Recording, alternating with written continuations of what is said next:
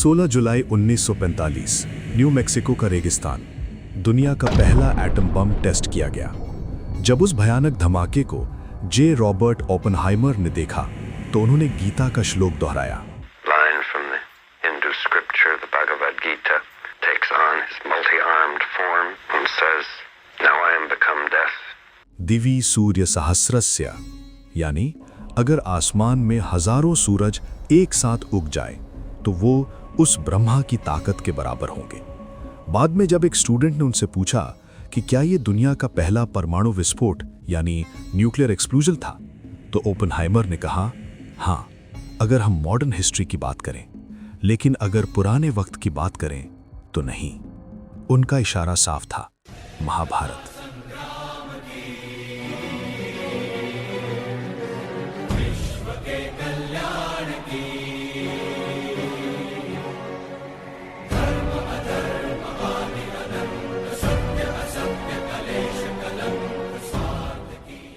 आज हम महाभारत के उन लॉस्ट टेक्नोलॉजीज और सुपर वेपन्स की गहराई में जाएंगे जिन्हें आज हम मिथ मानते हैं, लेकिन साइंस उन्हें एडवांस्ड वॉरफेयर कहता है। क्या सच में महाभारत एक न्यूक्लियर वॉर थी? आइए जानते हैं। शुरुआत करते हैं सबसे चर्चित अस्त्र से, ब्रह्मास्त्र। लेकिन रुकिए, बहुत लोग सोचते हैं कि ब्रह्मास्त्र ही सबसे पावरफुल था। सच ये है कि ब्रह्मास्त्र एक कैटेगरी थी। इसका एक एडवांस्ड वर्जन था ब्रह्मा शीर्ष अस्त्र। ब्रह्मास्त्र को आप आज के टैक्टिकल न्यूक से कंपेयर कर सकते हैं। ये एक स्पेसिफिक दुश्मन या सेना को खत्म करता था। लेकिन ब्रह्मा शीर्ष ये थर्मोन्यूक्लियर हाइड्रोजन बॉम्ब था। महाभारत की सौप्तिका पर्व में लिखा है कि जब अश्वत्थामा और अर्जुन ने अपने अपने ब्रह्मास्त्र अस्त्र चलाए तो आसमान में दरारें पड़ गई थीं। ऋषियों ने बीच में आकर उन्हें रोका। अर्जुन ने तो अपना अस्त्र वापस ले लिया, लेकिन अश्वत्थामा को अस्त्र वापस लेना नहीं आता था। गुस्से में उसने वो अस्त्र पांडवों की होने वाली संतान परीक्षित की तरफ मोड़ दिया, जो अभी मां के गर्भ वूम्ब में था। साइंस यहां हैरान करती है। रेडिएशन ही वो चीज है जो सॉलिड दीवारों के आर पार जाकर डीएनए और अनबॉर्न बेबीज को मारती है। क्या वो अस्त्र सिर्फ तीर था या उसमें रेडिएशन टेक्नोलॉजी यूज हुई थी? अब बढ़ते हैं उस टेक्नोलॉजी की तरफ जिसे आज हम एआई या आर्टिफिशियल इंटेलिजेंस कहते हैं, नारायण अस्त्र। जब अश्वत्थामा ने इसे चलाया तो ये कोई एक तीर नहीं था। आसमान से लाखों तीर, चक्र और लोहे के गोले बरसने लगे। लेकिन इस अस्त्र की एक खासियत थी जो इसे आज की मिसाइल से भी आगे रखती है। ये अग्रेशन, गुस्से को डिटेक्ट करता था। जो सिपाही जितना ज्यादा लड़ने की कोशिश करता, ये अस्त्र उस पर उतना ही ज्यादा हमला करता। भगवान कृष्ण ने तब एक अजीब ऑर्डर दिया। उन्होंने कहा, अपने हथियार फेंक दो और जमीन पर लेट जाओ। मन में लड़ने का ख्याल भी मत लाना। जैसे ही सेना ने सरेंडर किया, अस्त्र शांत हो गया।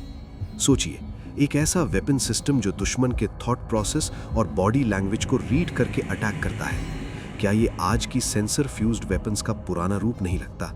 लेकिन दोस्तों, इन सबसे ऊपर एक अस्त्र था जिसका उपयोग महाभारत में हुआ ही नहीं। और अच्छा हुआ कि नहीं हुआ, वरना आज हम ये वीडियो देखने के लिए जिंदा नहीं होते। वो था पाशुपतास्त्र। महादेव का ये अस्त्र पूरी सृष्टि यानी यूनिवर्स को मिटाने की ताकत रखता था। कहा जाता है कि इसे चलाने के लिए किसी धनुष की भी जरूरत नहीं थी। इसे आंखों से यानी आईज, मन से यानी माइंड या शब्दों से लॉन्च किया जा सकता था। ये न्यूरल लिंक टेक्नोलॉजी जैसा लगता है, जहां आप बस सोचकर मशीन ऑपरेट करते हैं। अर्जुन के पास ये अस्त्र था, लेकिन उन्हें सख्त हिदायत थी कि इसका उपयोग तब तक ना करें जब तक पूरी ह्यूमैनिटी खतरे में ना हो।